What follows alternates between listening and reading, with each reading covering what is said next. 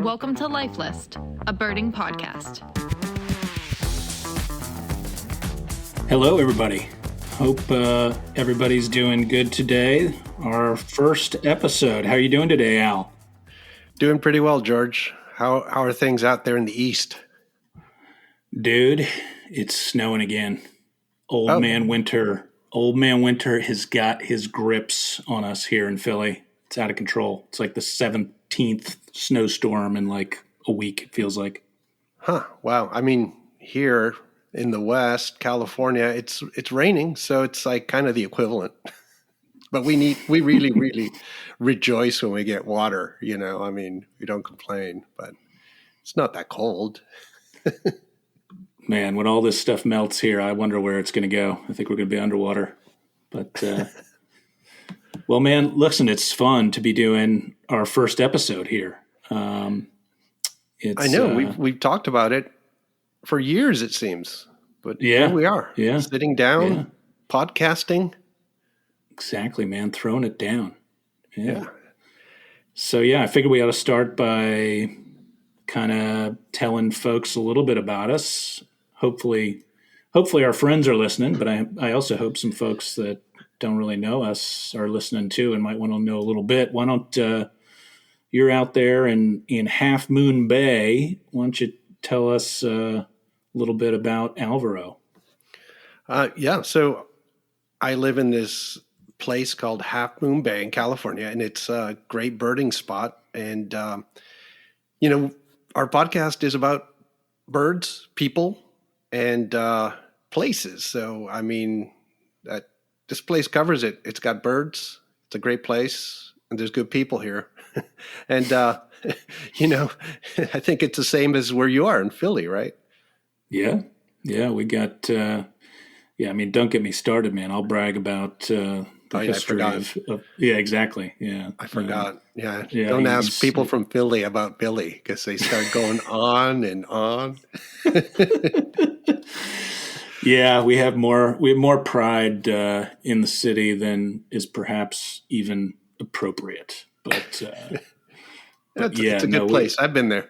Yeah, you've been a bunch, and we got a lot of birders here, man. I forget how many bird clubs are like in the greater Philadelphia area, but there's a lot, and it's growing all the time. You know, there's more and more birders, everywhere, but it feels like here especially. The demographics are changing, which is cool. It's like, it's always felt like sort of a kind of a thing for, I don't know, just older white folks or something. And more, it's younger folks, it's people of color, it's everybody, more and more. And I think that's seeing that evolution is fun. It's cool. It's enriching. Maybe it's kind of funny, but I think that's one of the reasons we kind of have wanted to do this is that for years, I mean, we've been in this birding lifestyle, since we were kids, and I'm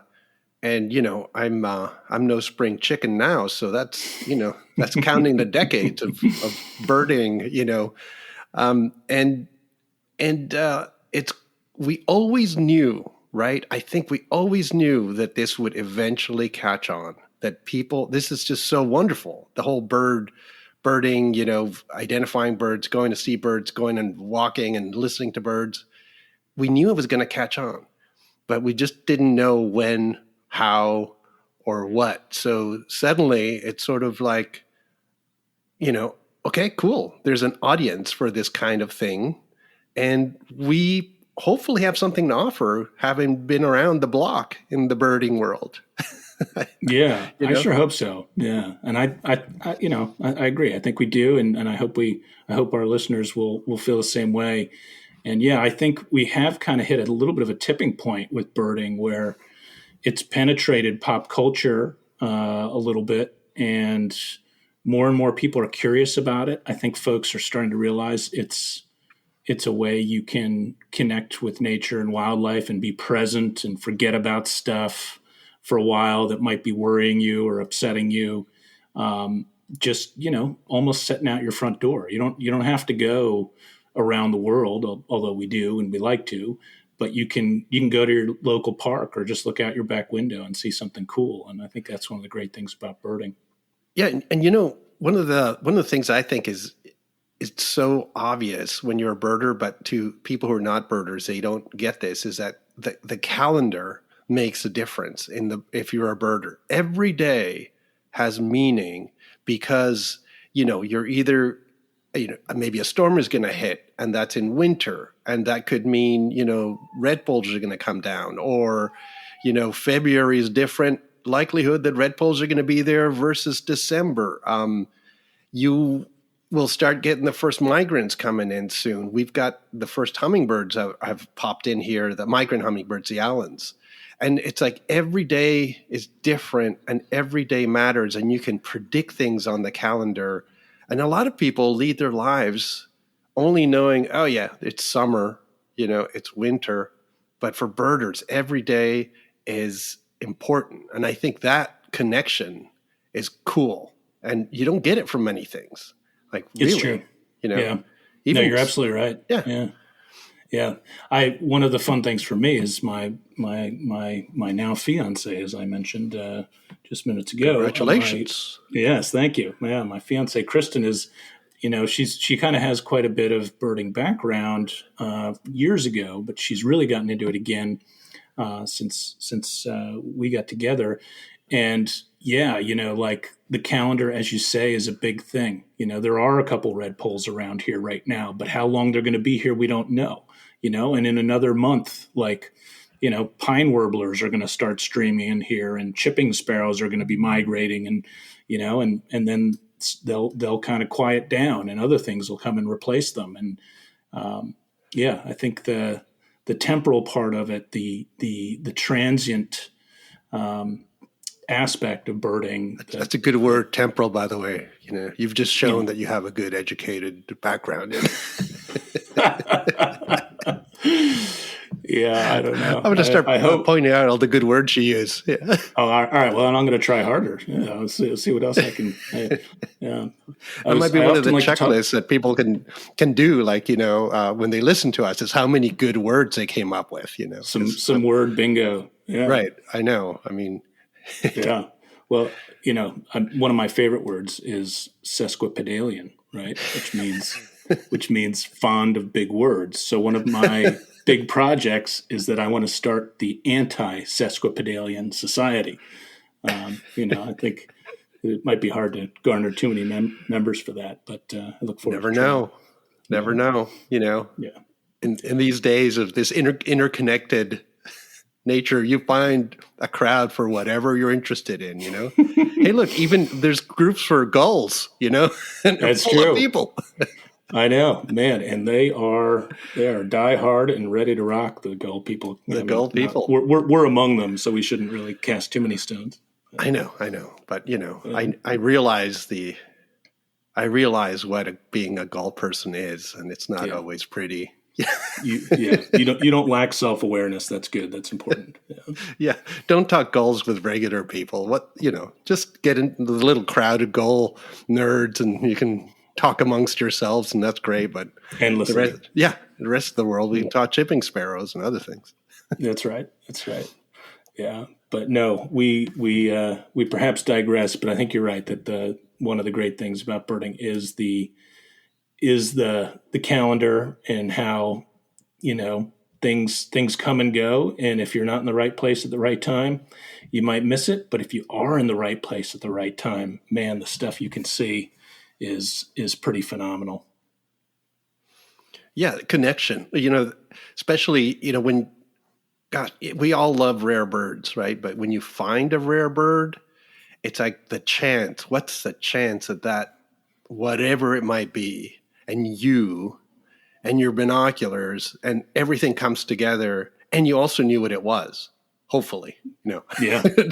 Or at least, and then other people come and see it, and it builds this whole, it's just a special little gift. It's that everything coming together, which is cool too. I mean, how many things in the world can you just have these random events just bring absolute happiness, you know, and Yeah. you never know when it's going to happen. Yeah. What was it? Your quote was that I've quoted you on it a number of times, was about like they say golf is like a good walk gone wrong or something like that. I forget what it was. Yeah.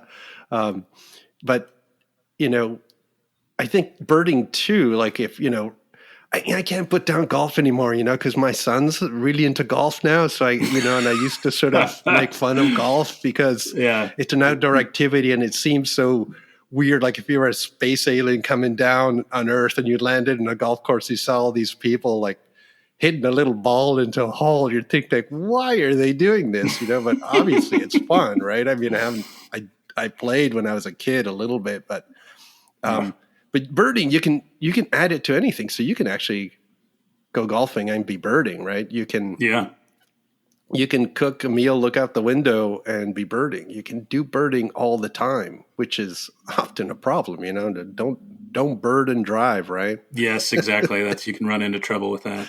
Yeah. It's the greatest thing on earth. And hopefully we can get people to share in that appreciation of not just birds, but birding and birding culture, you know, and the whole deal of what this entails. Yeah, exactly. And I think, like you're saying, seeing new stuff is awesome. Seeing rare stuff is awesome.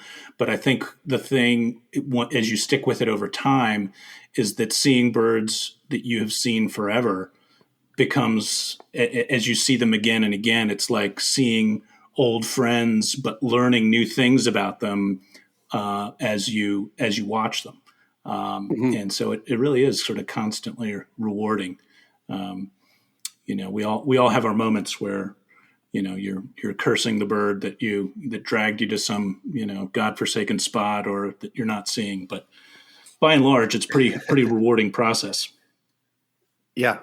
And everybody does it in their own way. Like you have the ability to mold birding into your not only schedule, but your personality, right? So, I mean, there's real competitive birders. I'm not one of them, you know, but I appreciate that can be one of the aspects of birding that really gets to some people. And then there's other people who go out with a notebook and sketch everything, you know, it's all about sitting in one spot, enjoying one sort of aspect of, you know, a natural sort of event happening or something. And it's got everything. I mean, really, you can. Yeah, it's true. There's, like you say, there's a million ways to do it. There's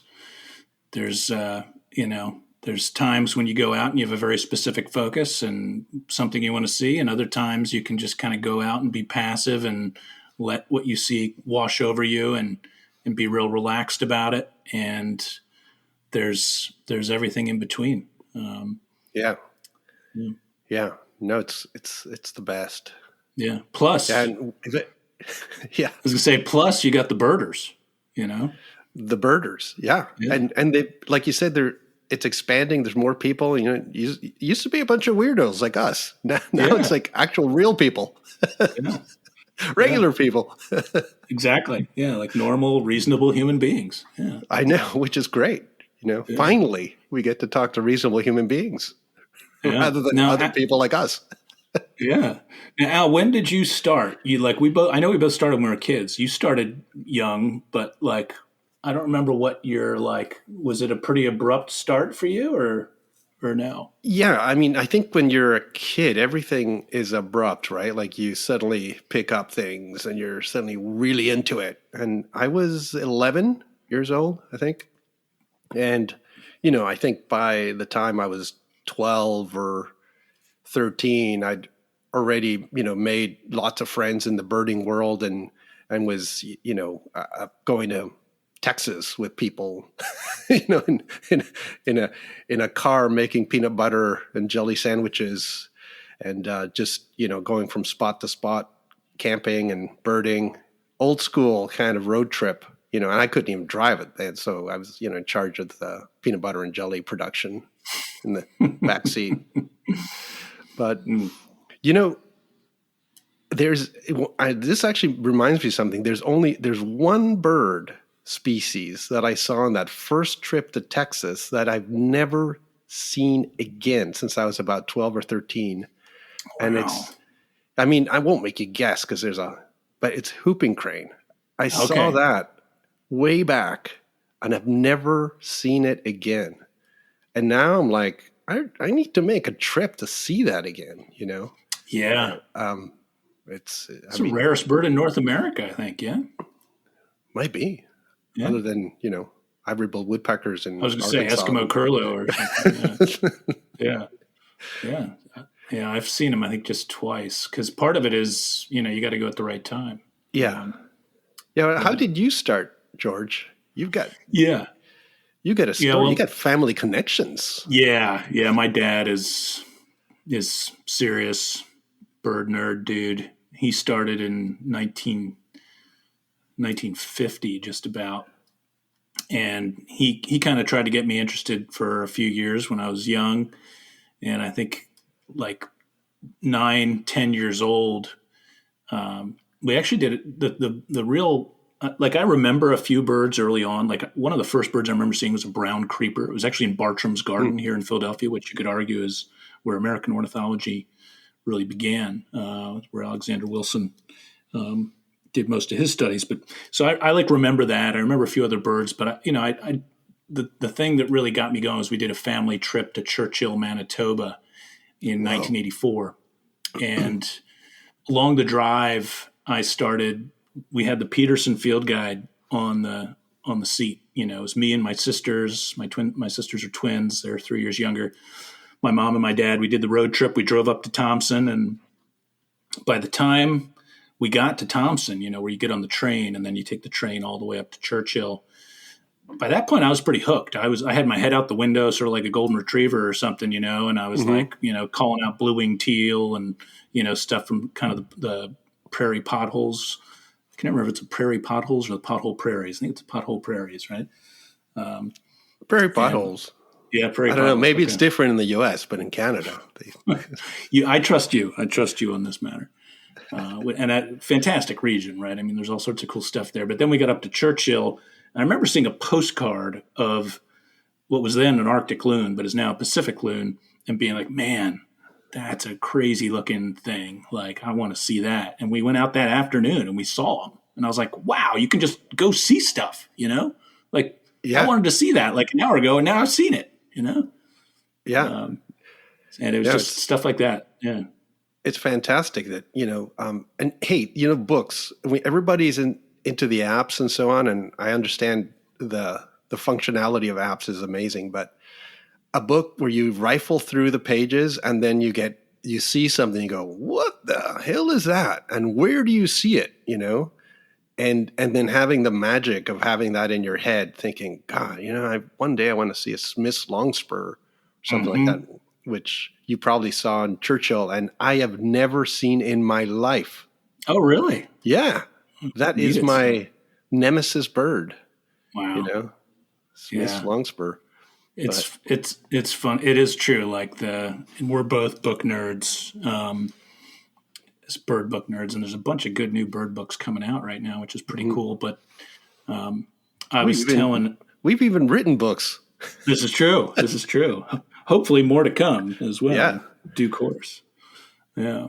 But yeah, I was telling Kristen the other day how, like, when you read stuff, you don't even really know what you're picking up. And I remember doing that cruise to the Subantarctic Islands in New Zealand. And, I'd been rifling through the books, just like you say, just like, trying to devour everything, and being out on deck and seeing this whale, like, rocket up into the air, breaching, like a big, like full breach out of the water, and just like found myself screaming, strap-toothed beaked whale, strap-toothed beaked whale. And then I like looked around and I was like, where did that even come from? Like, I didn't even know that I like knew that thing, it's amazing what you pick up. Yeah, no, the brain. I mean, you just something, right? Once you become an observer, you can look at a book and pick up stuff, and then you're out in a new country and suddenly you go, that looks like, whatever it might be, it's, Yeah. and it's often something that's not that obvious, and you just sort of pick it up from the book. It's kind of fascinating how all that happens, Yeah.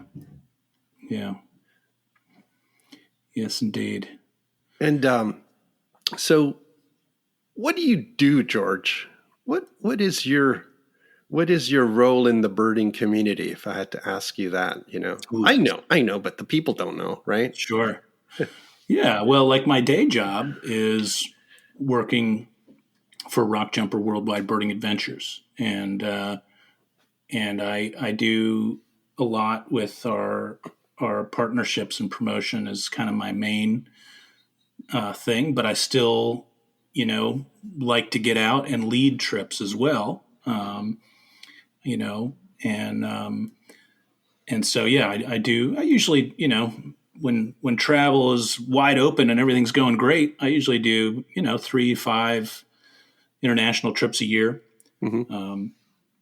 and then I do, based here in Philly. I'm pretty involved in the community birding situation here, and pretty involved in help monitor. We've got a couple chat groups, text service, things for basically to keep people informed about what's going on, and I kind of manage those. And I was president of the bird club here until recently, and so Did you yeah, get kicked out in a scandal? No. there was an insurrection. Yeah, Right. yeah. No, it was term limits. Oh, yeah. Okay. Did my time, as they say. Right. Yeah. Yeah. Yeah. What about you, man? Tell us about your gig. So yeah, I have a tour company, Alvaro's Adventures, and right now that's on hold, as most tourism is. And I've been keeping busy with a lot of online projects, workshops, and so forth, and planning on doing more of that and kind of keeping that going, even when the tourism rebounds, because I'm enjoying a lot of that aspect of teaching people about birds and so forth. And there's always little science projects and other things that are going on behind the scenes, which we'll eventually talk about all that stuff. But we both met. Well, actually, we originally met but didn't meet almost. We just sort of said hello, right? Mm-hmm. When I was visiting the academy in Philadelphia, and I was working on, I think I was working on the birds of Chile, right? Yeah, you were looking at specimens. I was trying to looking at remember what it specimens. was. Yeah. And then, we sort of like said, hey, and then I went birding, and we sort of, it was one of those like in the car hellos, Yeah. roll down the window, and your dad was there. And, Yeah, but we were like 3 hours south of Philly. That was the funny thing. We were down Yeah. in the low country, the salt marshes of Chesapeake Bay, out there at Elliott Island. And I remember being like, I just saw that dude like yesterday. Yeah, he was out there rifling through the bird collection. And then we met in Alaska, right? When you were up. That's right. You were at the Pribs, and I was co-leading a tour with field guides, and eventually we both were working at field guides together and co-leading trips. So yeah, it's amazing how all that happened. And now here we are, co-leading a podcast. Yes. Look at us now. I know, come so far. But magical places to go. That day that I think that day that I saw you in the car might have been when I saw my first brown-headed nuthatch. Mm-hmm. Things like that were new to me then, even. Maybe salt marsh sparrow. I don't know if you would have Salt seen marsh that. sparrow, probably, yeah. And then of course Pribs are magic. Pribilof. If somebody doesn't know, like, that's a place you've got to go to see. And it's not just, forget all this ABA list and all that. It's just an amazing place, no matter where you live in the world as a birder, to go see all these seabirds, the alcids, the birds that land there are just lost, and just cool stuff. I mean, endemic populations of Yeah. rosy finches and wrens and all that kind of stuff. It's pretty cool. I mean, yeah, if folks don't know, it's basically a speck of old volcanic rock right out smack in the middle of the Bering Sea in Alaska. And yeah, I mean, like usually you fly from Anchorage. I don't know what kind of planes they're using right now, but remember they used to use those old Metroliners, most of which I think didn't even have like a bathroom on them. and, they look like basically a sausage. So they're so skinny, Exactly. Yeah, I remember some people say it was like a flying pencil. Yeah, it really felt that way. I mean, it was, how people say, oh, getting into a metal tube and, flying somewhere as a joke. This was a metal tube, Yeah. Basically. It's just. And my recollection was that they actually did have a bathroom, but that there was very little privacy. Like it was like an emergency bathroom. Like, there's no door. Yeah, I think it was like that. Like one of the seats like folded up or something. I don't know. Maybe I'm making that up, but that's the way I remember it. But memory can be a funny thing. But yeah, I mean, it's something else to get out there. And of course, you didn't always, even when you get on the plane, you could run into fog and have to turn around and come back. So they always had to fuel up in Dillingham or something before getting out there. King salmon or some. Yeah. So, I don't know how many times you flew back and forth, but I flew in there and the pilot, I think it was a co-pilot, they kept calling him Batman. And I thought, oh, this is one of those cool nicknames that you get as a pilot, And they're like, hey, Batman, whatever, hey, Batman. And so when we got there, they're just hanging around. And I was like, so how'd you get your nickname Batman? And he pulls out his ID, and his name actually was Batman. I was, flabbergasted. And the other pilots there, we had a cup of coffee, just shaking her head, yep, he's Batman.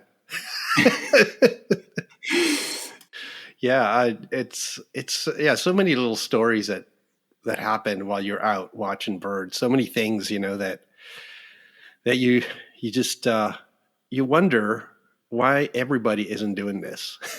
Just accumulate. Yeah, that's what like when people used to make fun of. Oh, people always poke fun, right, at people that watch birds, and you and I have always said like we don't understand why everybody isn't a birder. Like it's awesome. It's like people don't get it. I feel like it's kind of it's too bad they're missing out. Yeah, I know. I mean, it's there's going to be, I just got breaking news here on my phone. Kim Kardashian files for divorce from Kanye, which is no sad, way. Right? It just happened. But, wow, that's big. So there's two things here. One, maybe now she'll be more open to becoming a birder.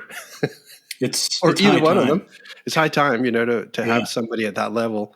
But also, it's like, there's going to be a point probably where like we will get like, news about birds and nature to that level, right? When everybody's into this, it's going to be like sports, right? When, something happens, it's going to be like, so-and-so just spotted, Siberian accentor in, Idaho. And we're like, what? Yeah, like First North American Records will be like tweeted out by like, U.S. I don't know what's a big national, like CNN will be like Siberian thrush has been seen in British Columbia, right?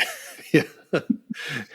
For those of you who are not, Siberian thrush is a blah blah blah. You could just see, genus Turtles.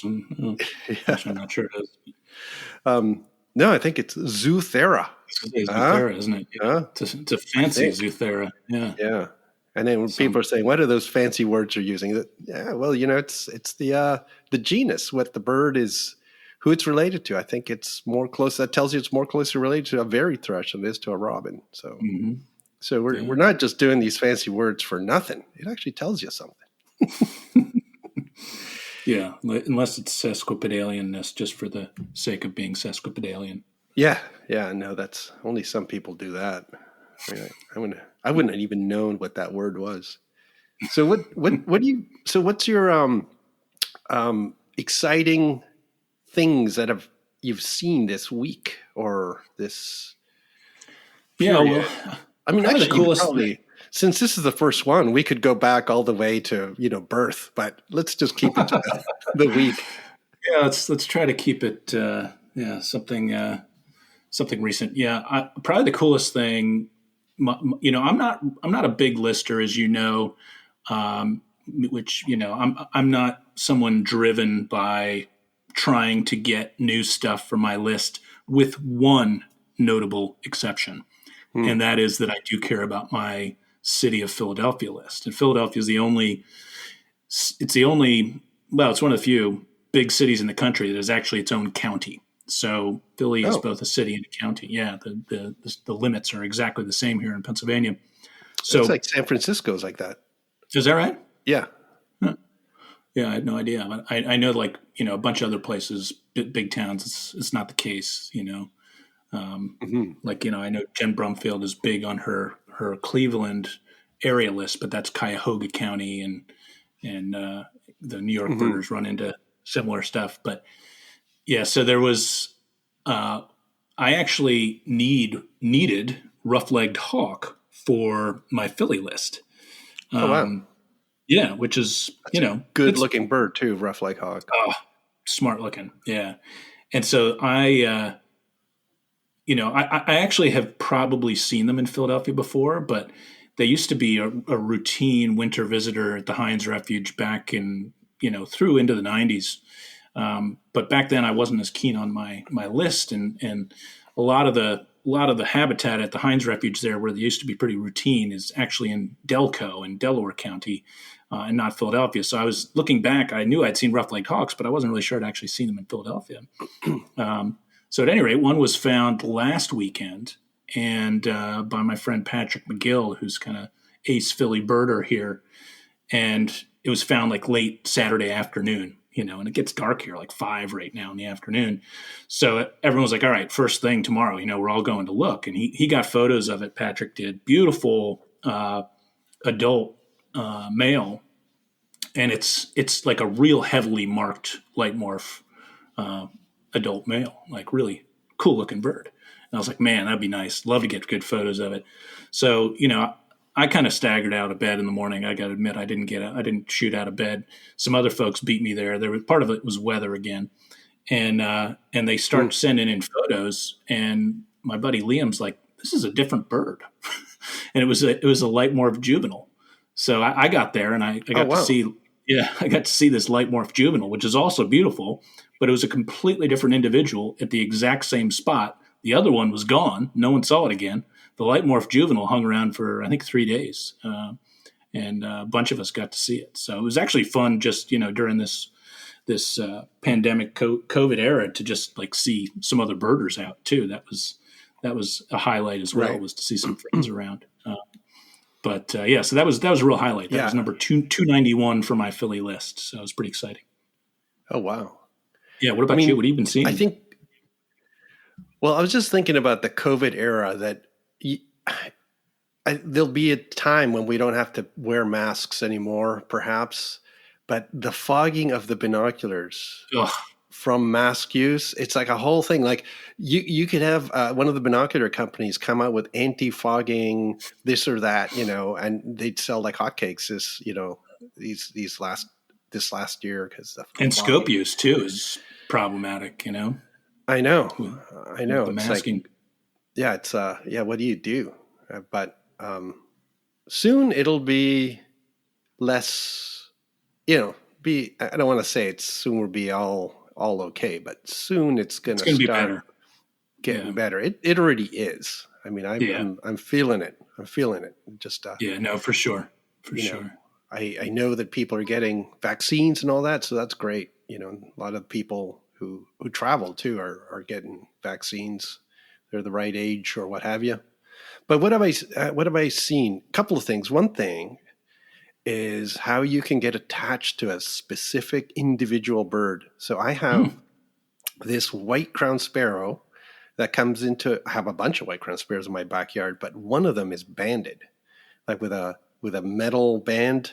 And I read the number last year, and it was a youngster last year, and it molted into an adult looking bird, Gambles, one of the taiga breeding birds, and it went north, disappeared, and then came back this year. I also, since I read the band, I know it was banded on the southbound migration on the Farallon Islands, which are about almost 30 miles offshore from San Francisco. It's kind of lost. Yeah, that's it gets wild. Caught there, banded. Now it's wintering in my backyard 2 years in a row. And I didn't see it for like 10 days. And I started like kind of mourning it, like, oh crap, must have hawk or something. Then it came back like yesterday. And, shiny band. And it's actually really good looking individuals. It's like one of the brightest individuals in the backyard.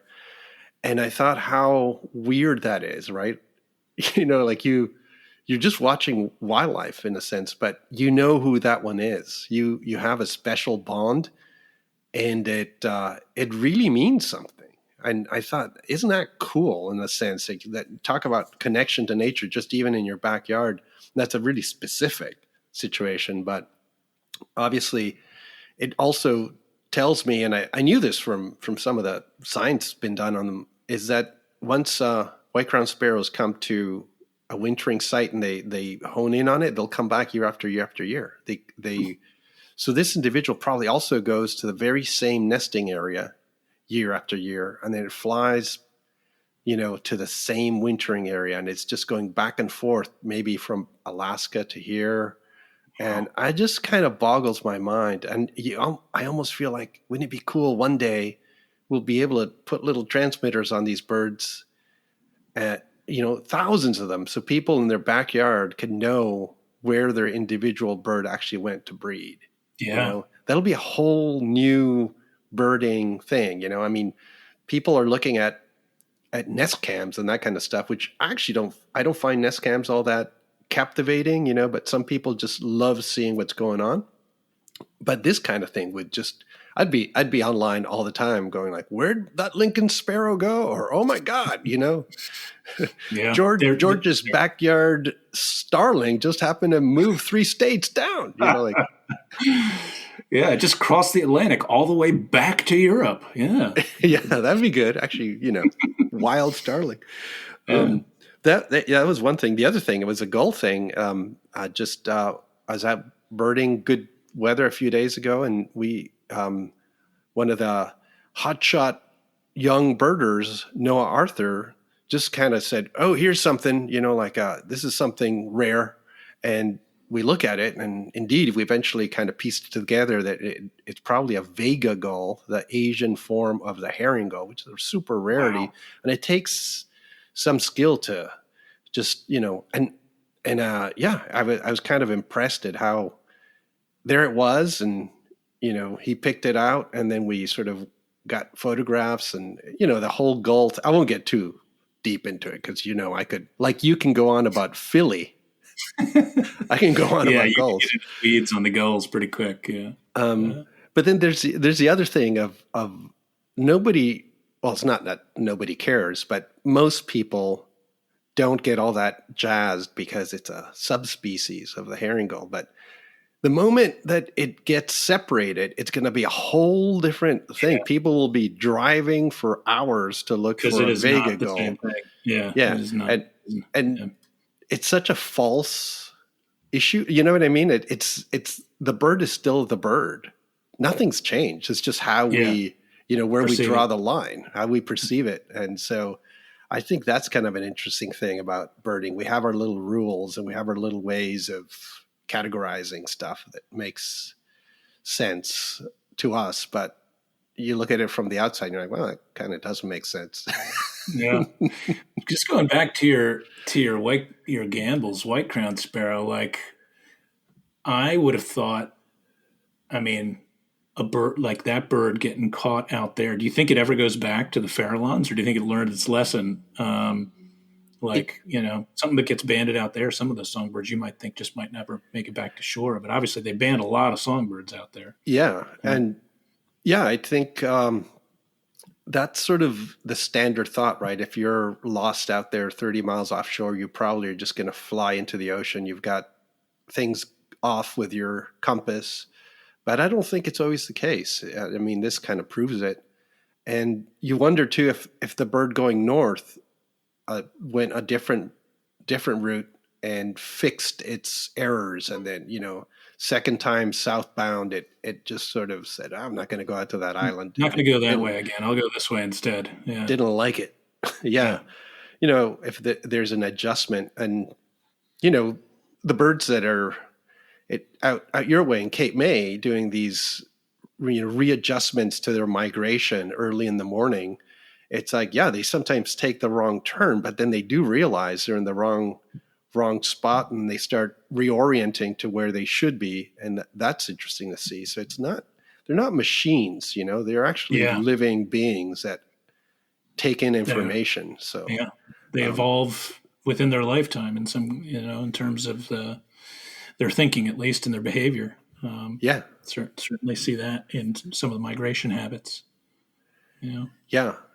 And, totally different backyard birding thing. So we talk, I said Gambel's white-crowned sparrow, and some people are saying, what, what's he talking about? There's multiple different types of white-crowned sparrows, geographic populations that you can identify in the field.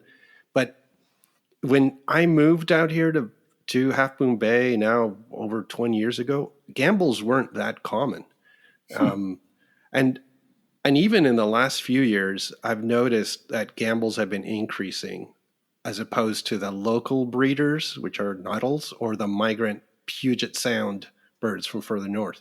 So I think it's that they're reacting to a change in climate, actually, that even within, a decade, it's gotten drier here. And the Gambel's like drier habitats and drier environments. And I think they're just becoming more common.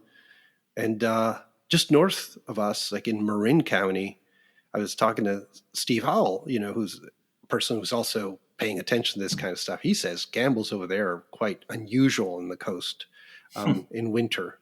So he was kind of surprised that we have all these wintering Gambel's. So crazy stuff that you can learn if you're paying attention to these level of details. And then if you're, kind of over the years, stuff changes. And that's also kind of cool, right?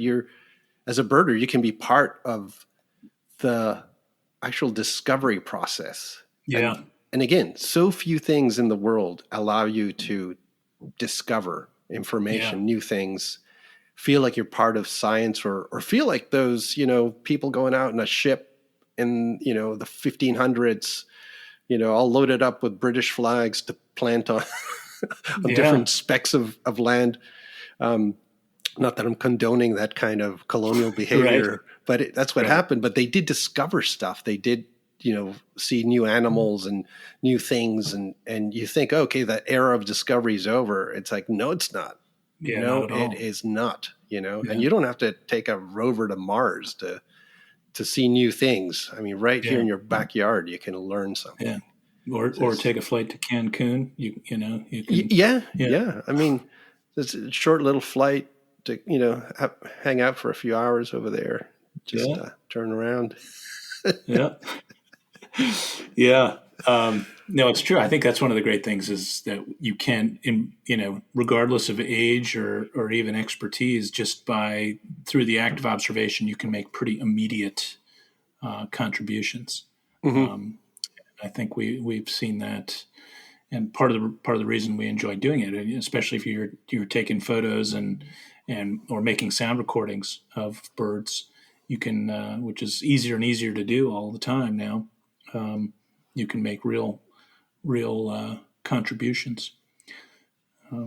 That should be a topic for one of the, upcoming how crappy things were when we started birding.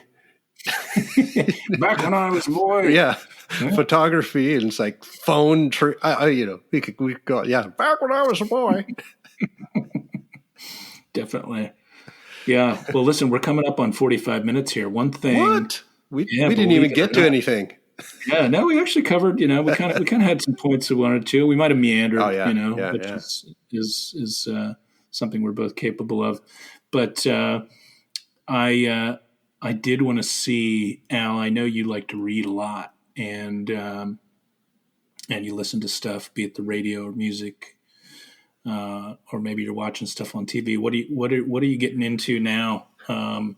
What's taking up your time when when you're not planning trips or outside looking at birds?